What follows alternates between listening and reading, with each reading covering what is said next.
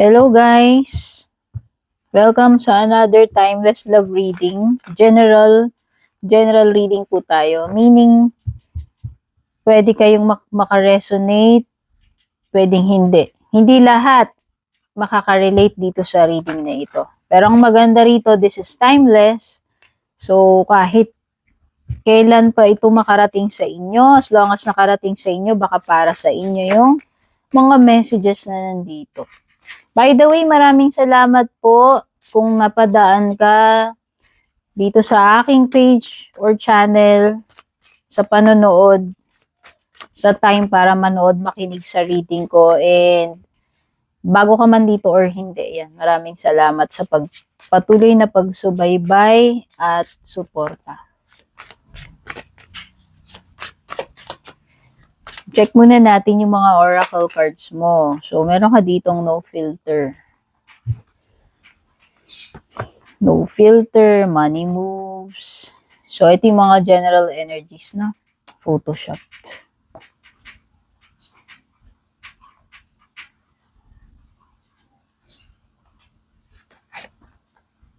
Breaking cycles.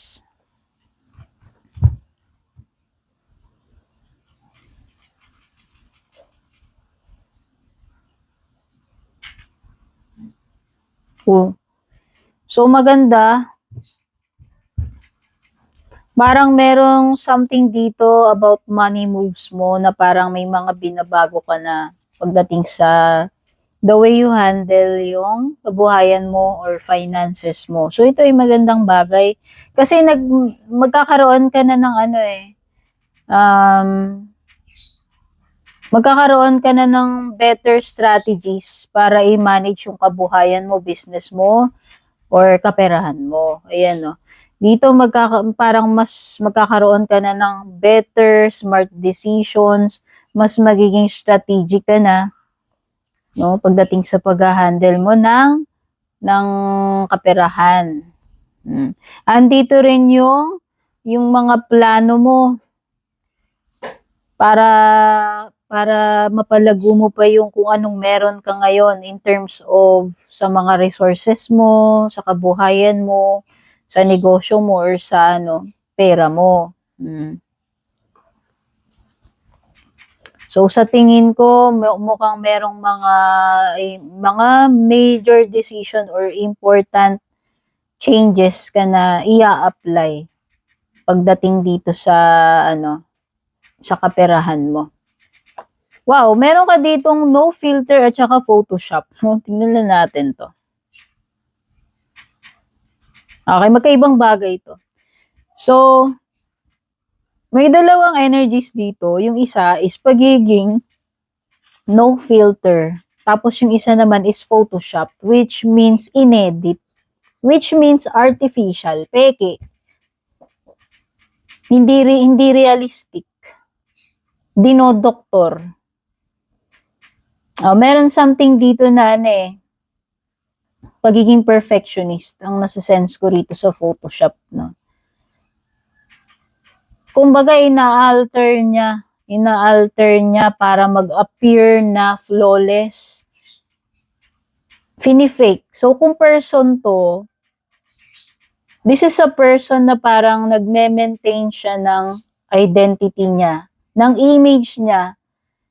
Pero yun ay fake, hindi talaga yung totoong, pwedeng hindi talaga yun yung totoong ugali niya, personalidad niya. Parang yun lang yung pinapakita niya sa public. Yun lang yung pinapakita niya sa'yo. Parang meron siyang image na pinoprotektahan, meron siyang image na mine-maintain, pero hindi talaga yun yung naturalesa niya. Kumbaga maraming imperfections tong tao na to na parang tinatry niyang i-hide, i-edit, no? Not literally being photoshopped. Yun lang yung word, yung term na ginamit. Pero parang, kung titignan mo pag photoshop, di ba, yung imperfections doon, tinatago, ine-edit. So, yun yung pagkakaintindi ko rito. This is a kind of person na para maging acceptable siya, para ma-impress sa kanya. Yun nga, parang Halimbawa, sige, bigay ako example.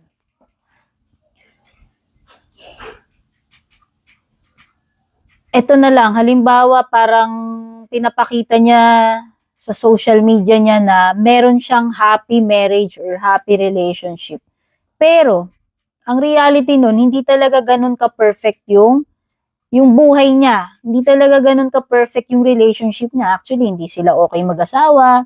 Or alam mo yun, parang yun lang yung image na pinapakita niya sa public consumption para, ay, nakikita nila, ay, ganito, ganyan, ay, si ano. Yun lang yung image na maintain niya, pinapakita niya. Pero actually, hindi talaga yun yung reality. So, yun. Kung person to, if you're dealing with the person, pwedeng, ito yung pinapakita niya sa'yo, na ganito-ganito siya, pero actually, hindi. Hindi siya ganun ka-perfect. No? Hindi siya ganun ka, sa totoong buhay, hindi talaga siya ganun. Yun yung intindi ko rito. So, this person is faking it, kumbaga. Yun yung ibig sabihin na itong card na to. Ngayon naman, itong no filter, this is pagiging honest. No? Speaking your truth. Kung sino man ito, kung ikaw to, kung ito ay advice, sinasabi nung baraha sa'yo na wag mo nang i-filter yung mga sasabihin mo. Sabihin mo exactly kung ano yung mga gusto mong sabihin. Wag mong pagandahin para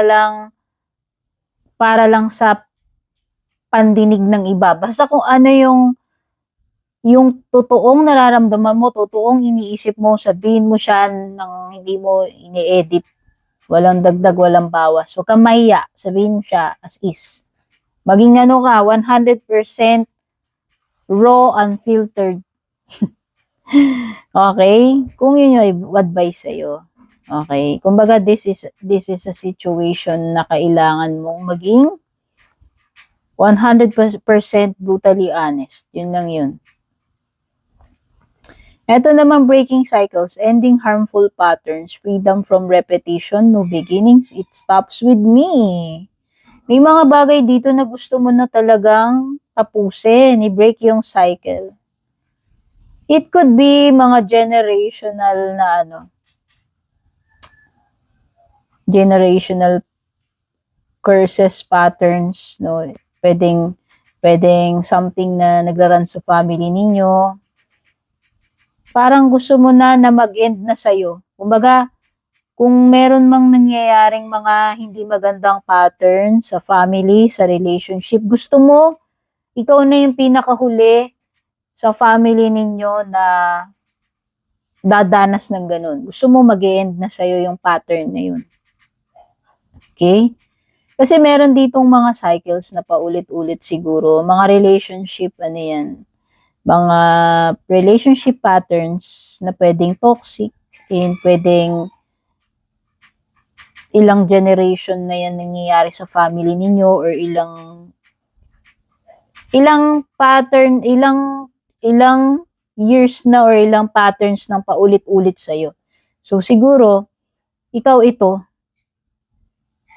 deciding para sa sarili mo na kailangan matapos na tong pattern na to.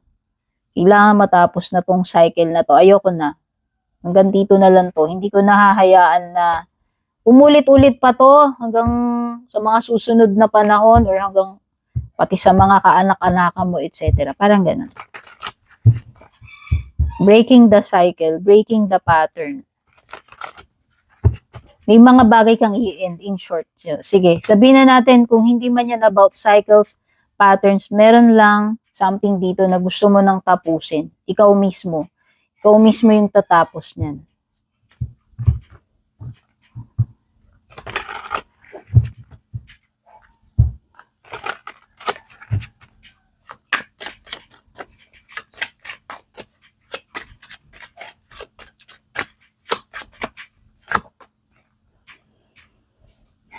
So what is the current situation right now? Current situation right now, it revolves around family matters. It revolves around financial sa marriage, sa family, sa mga anak, no? Parang this is something related sa pagbibuild ng strong foundation in a relationship or pagpapamilya kung hindi ka pa nagpapamilya.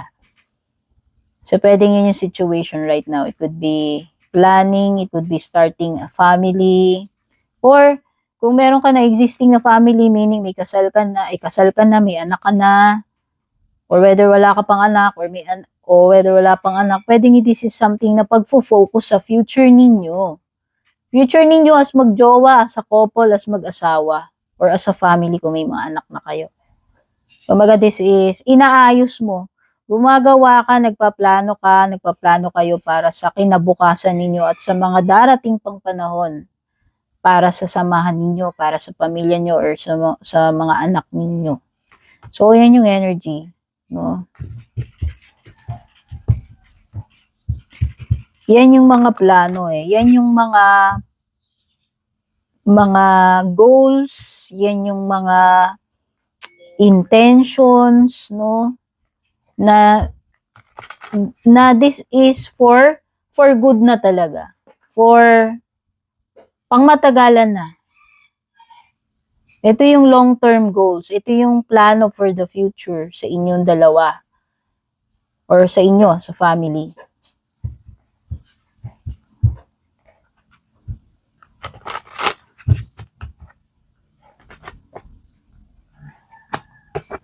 What is the challenge? The challenge is the judgment reversed. It could be na merong mga bagay na hindi pa, actually may mga leksyon, may mga bagay na hindi pa nare-realize. Or it could be na mga bagay na hindi pa natutupad, hindi pa nabibigyan ng realization. Pag sinabi natin hindi pa nabigyan ng realization, ito yun. Kasi nga, di ba parang ang main energy is something na pinaplano, something na pangmatagalan. Mga goals, di ba? Yun yung sinabi ko. So, it could be na meron ditong mga bagay sa'yo or dito sa relationship mo, sa family, na parang hindi pa nabibigyan ng katuparan. Ito yung mga goals. Ito yung mga pang long-term goals pinaplano na pwedeng hanggang ngayon hindi pa rin ito nangyayari, na-achieve, natutupad. No? Ano pa? Tingnan pa natin.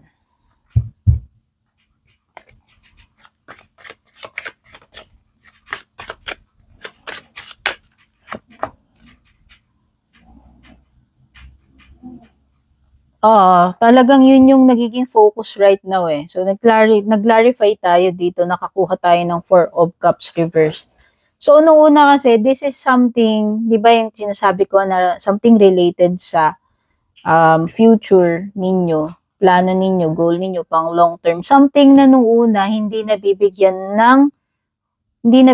ng importance, ng focus, ng attention. Pero right now, lumilitaw yung 4 of Cups, meaning parang eto na ngayon yung main priority mo or nyo as a couple, no? So, parang nandoon, sabi ko nga, parang naka-focus about sa family, sa kabuhayan, no? Yung mga pang long term. So, ngayon nakikita ko, nung una, pwedeng hindi ka interesado, or siya, or both of you, pwedeng hindi nyo nabibigyan ng attention yung bagay na yan. Pero right now, yun na yung parang importante sa'yo. No? Paano magkaroon ng stable, long-lasting relationship or even family. So parang yun yung nakikita kong main energy or situation or focus right now.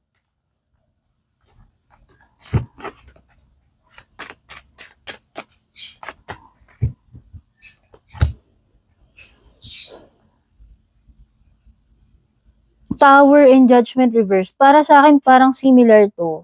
Parang may something dito na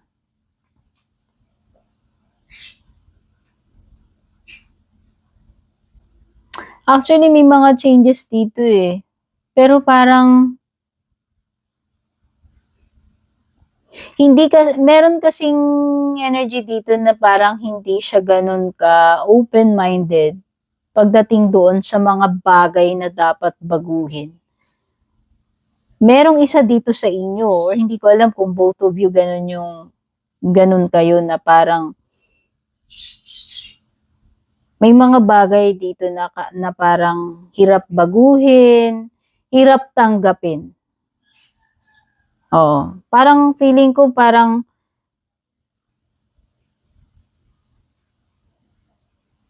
hindi pa rin fully nauunawaan or natatanggap yung bagay na yun na dapat na ma-realize. Mabigyan ng importansya, ma-appreciate, baguhin. No, baguhin, i-accept. Merong ganun akong napipil. Yun yung problema. Yun yung challenge sa inyo. No? Dito sa connection na to or relationship na to. Or family, kung family na kayo.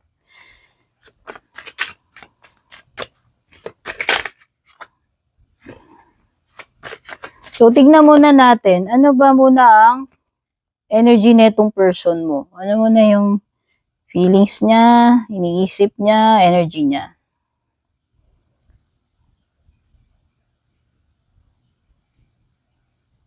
This person is may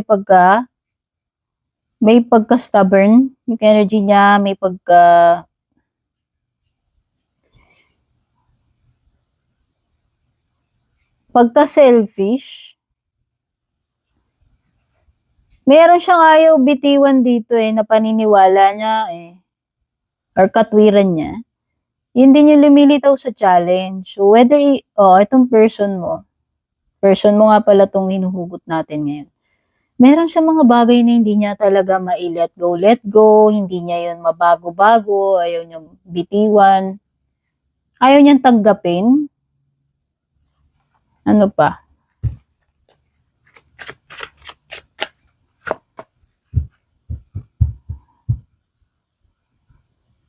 Mahirap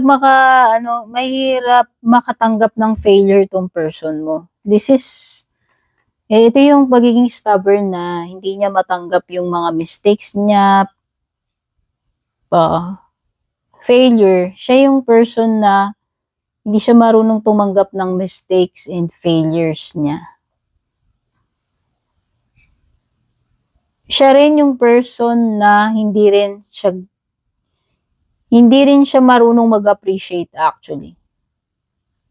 Yun yung problema mo dito sa person na to. So right now, this person is not willing to give in. This person is not willing to adjust, accept. Hindi rin niya na-appreciate by the way. Ngayon, sa ngayon yun yung energy niya. Yun yung tinatanong ko Ano yung energy niya right now? Malamang sa malamang hindi kanya maintindihan. Malamang sa malamang hindi siya mag-a-adjust. Hindi kanya itatry unawain. Ganon katigas yung ulo ng energy niya ngayon. Ganon katigas yung energy niya.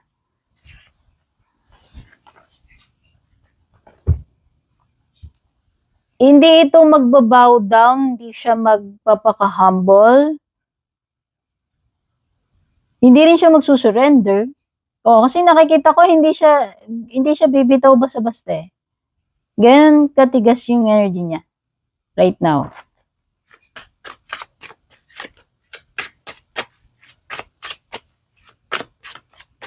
So,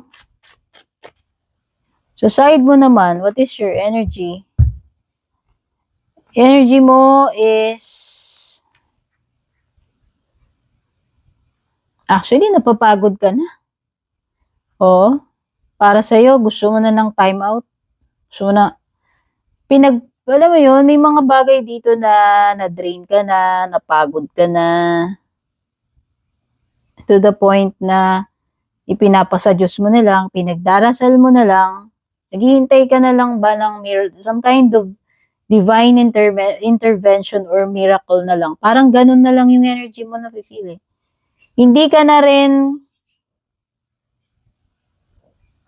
hindi ka na rin parang investigador para mag-spy-spy pa. Siguro nung una, ganun yung energy mo na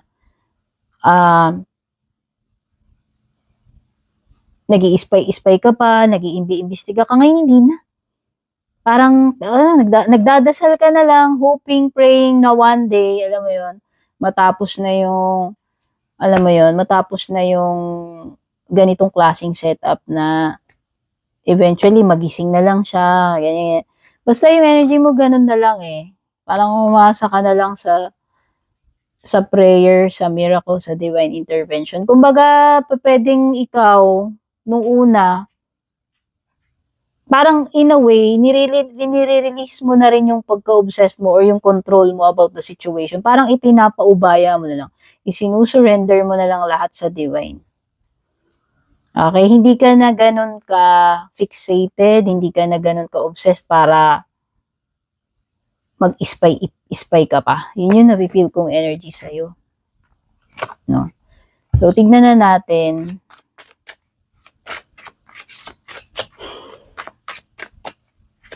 Ano yung mga plano, intention nitong person?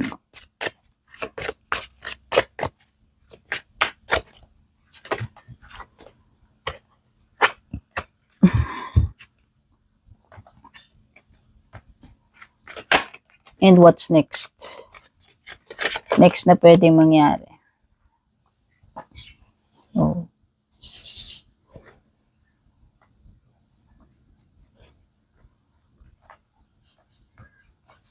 Takpan natin, bawal nga pala yung walang damit.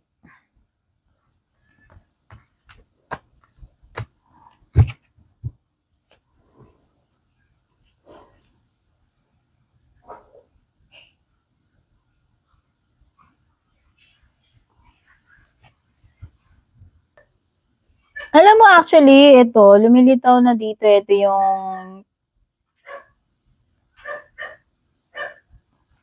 yung intention, plano ng person mo. Actually, meron siyang something na pinaplano. Alam naman niya yung dapat niyang gawin actually. Alam niya yung dapat niyang gawin. Kaya lang hindi lang niya kasi sinisimulan. Oh, meron something about dito sa person mo na alam naman niya talaga. Oh, actually, itong dalawang cards na to is parang yung feeling na pagiging kumpleto eh. Kumpleto naman siya, pero parang alam mo yun, parang siguro alam niya yun eh.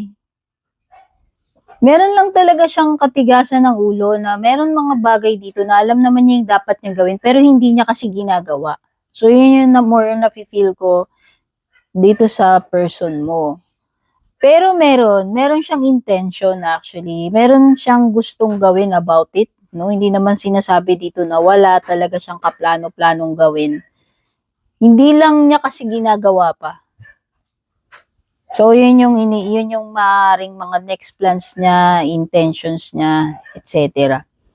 Nakikita niya eh, parang halos kumpleto. Itong dalawang to, Magician World Card, nasa sayo ng lahat.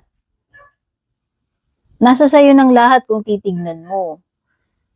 Pero hindi, nasa sayo lang din kung paano mo gagamitin tong mga lahat ng bagay na to na meron ka. Paano mo ita-transform yung situation mo. Parang yun yung sinasabi ng card sa kanya.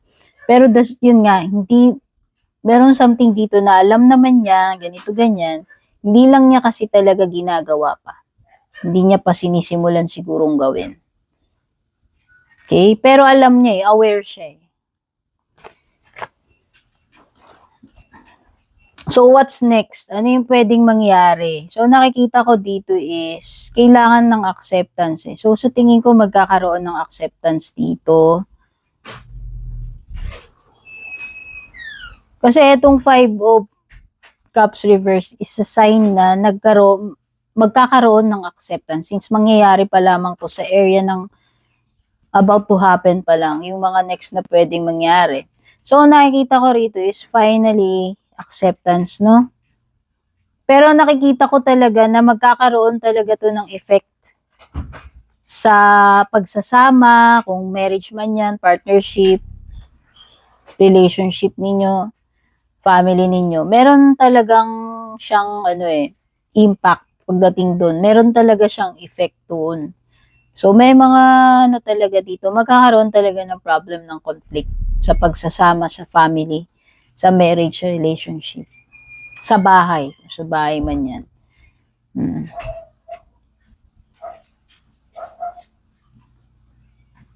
Pero parang nafe-feel ko is parang i-accept na lang as it is. May mga bagay kasi dito na talagang ganun na siya and wala na tayong magagawa but to accept. Kasi may mga bagay man nangyari sa inyo, hindi ko kasi alam talaga yung history at hindi ko naalamin niya kasi aabutin tayo ng mga 10 years dito sa reading. Basta ang nakikita ko lang, pwede rin kasing may nangyari in the past sa inyo or sa kanya or sa side mo. May mga bagay na hindi na natin pa mareremedyohan. Hindi na may babalik. And ang pinaka napipil ko lang na payo nung Five of Cups doon sa situation, about the situation, is to accept na lang talaga. Wala na rin kasing other way to move forward to fix the situation, kundi tanggapin na lang muna kung ano na lang yun. Kasi talagang yun na yun eh. Hindi na rin kasi siya maaano. Wala na ring sense or point na i-reiterate mo pa yon, ulit-ulitin, balik-balikan, i-bring up mo pa yon kasi tapos na, hindi na rin naman siya maa-undo. Kumbaga, crying over spilled milk. Natapon na yung gatas eh. Wala na, hindi mo siya mababalik. As is. So, either, masta ka dun, paulit-ulit na lang yon. Kaya nga meron ditong some kind of pattern or cycle na kailangan na ma-break. So, yun yung more on na-feel ko. Na parang ang pinaka solution dito sa situation na to, para lang hindi na totally masira yung family, hindi na totally masira yung marriage, yung partnership, yung relationship, is to accept na lang. Kasi, hindi na nga rin naman na may babalik sa dati. And, mag-focus na lang sa future. Mag-focus na lang sa pag-move on, pag-move forward na lang sa next chapter. Hindi na dun sa mga bagay na hindi na pwedeng baguhin or hindi na babalik, maibabalik pa sa dati. Okay? So, yan yung mga na-pick up kong energies. Hindi ko alam kung nakarelate kayo. Pero, kung nakarelate man kayo, na-entertain kayo, natuwa kayo, don't forget to leave a like, a comment, pa-share. Bye-bye.